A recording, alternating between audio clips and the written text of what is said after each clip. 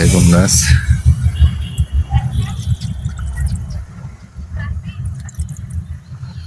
পরিমাণ মতো দিতে হবে টবের সাইজ হিসেবে, যেন টব গড়ে বেরিয়ে না যায়।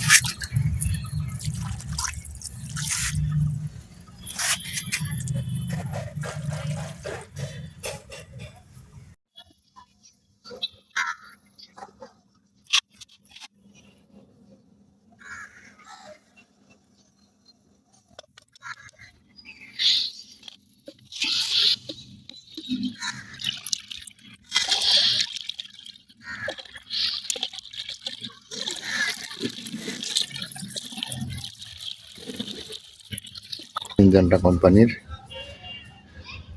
এটা কিছুটা অনুখাদ্য হিসেবে কাজ করে এবং কিছু পোকামাকড়ের জন্য কাজ করে। দেখুন, লাউ, কুমড়া, ঝিঙ্গা, করলা, পটল, কাঁকড় বিভিন্ন ফসলের জন্য, বিভিন্ন সবজির জন্য এটা মাকড়নাশক হিসেবেও কাজ করে।